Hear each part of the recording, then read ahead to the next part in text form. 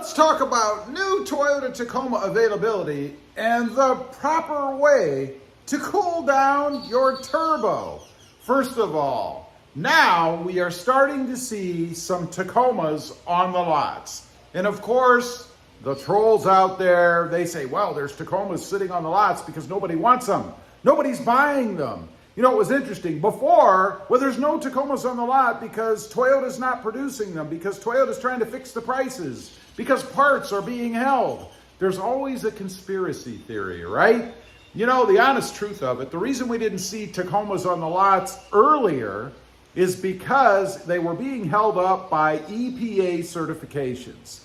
That's right. It's not because Toyota didn't want to put them out. It's because the government was holding them up. Now, was it truly the government? Who knows? Maybe Toyota didn't file properly. Maybe they didn't file on time. Maybe they just forgot about it. I don't know.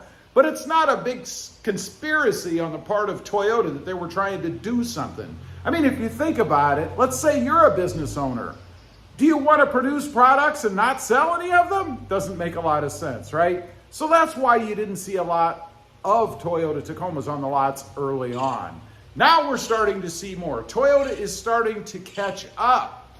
It's not that we're returning to the days of lot walks where you had rows and rows like you do the Tundras right now. That's a whole nother story. I think people actually aren't looking for the Tundras like maybe they were before. I don't know. Maybe Toyota's just producing more. Who knows? Not a Tundra channel.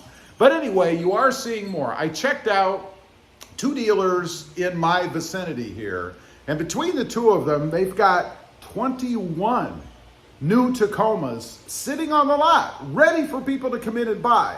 Now, I will say they do seem to be the lower trim levels, SRs, SR5s, with a sprinkling of TRD off-roads and sports, not many. Color-wise, you've got black, silver, white, and underground, which is the best choice of the more subdued colors, in my opinion, the underground, that is. Had I not been able to get this color or octane, solar octane, I probably would have bought the underground color. But nonetheless, you don't see a huge variety when it comes to color or trim levels right now, but they are growing. So the big rumor out there now is nobody wants them. Nobody's buying them. Well, I'm sure there are some folks who are not going to buy the new Tacoma because it's a 4-cylinder turbo and because it's so much money. I mean, they're not cheap. That's not a secret. Toyota raised the price. Is it justifiable? You know, somebody asked me that question recently. How do you justify spending this much money on a Toyota Tacoma? I do have my limits. 50 grand is my limit. I won't spend over 50 grand for a Toyota Tacoma. The value is just not there for me. But anything under that, you know, I get a brand new truck with brand new tech, brand new interior, exterior, everything. They redesigned the whole truck. I get a powertrain that is stronger, in my opinion, from a fun factor, the drivability of it. It goes when you hit the gas.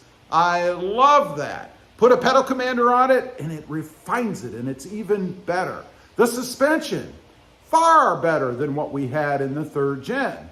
It is comfortable. It is smooth. I've mentioned many times on the channel that it feels more like a luxury truck now, which I like. You know, if you want to go over bumps and be thrown all over the interior, maybe you should buy an old Jeep or something. I don't know. But I love the way that they've got this set up. The looks, honestly, it was one of those trucks. It is one of those trucks that kind of has to grow on you a little bit, right? I wasn't a big fan when I first saw it. I liked it better when I saw the rendering of what the TRD Pro was going to look like. And then when I saw it in person, I liked it. I think it's pretty darn awesome.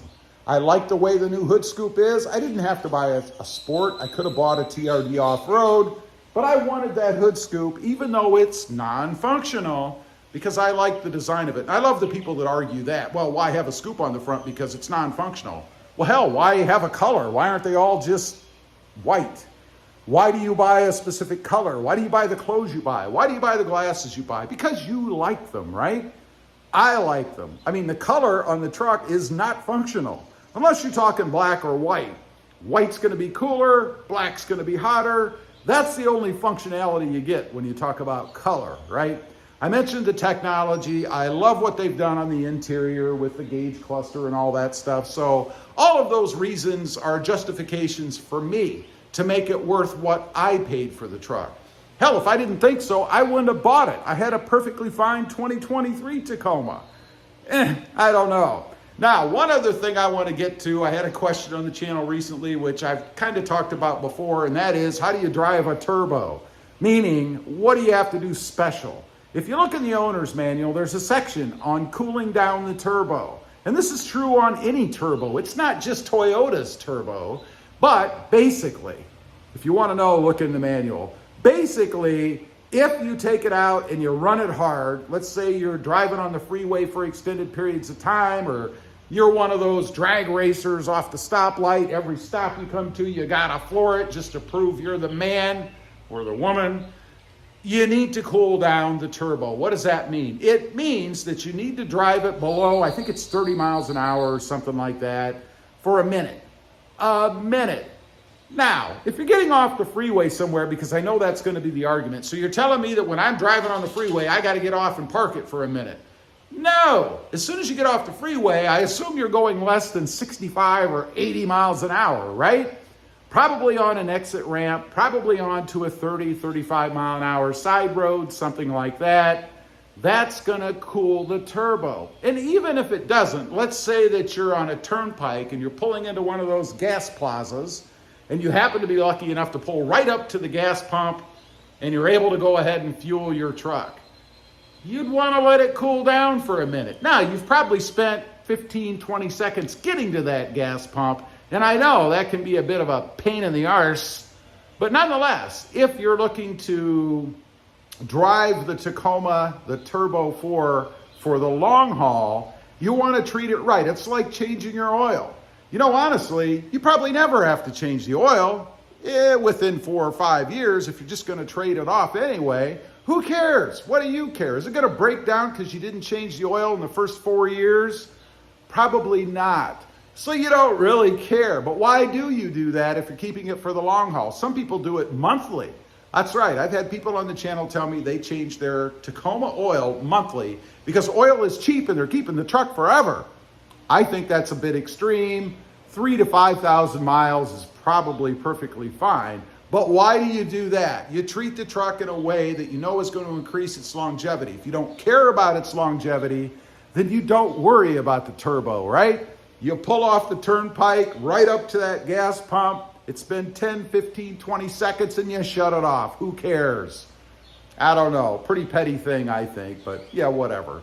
Anyway, I just wanted to get on here, kind of to address those two things. Couple of questions on the channel. Leave a comment. Either one of these matter to you?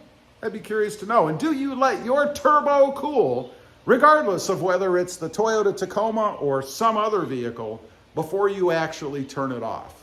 I'd just be curious. Thanks for watching. Stay safe out there. Bye.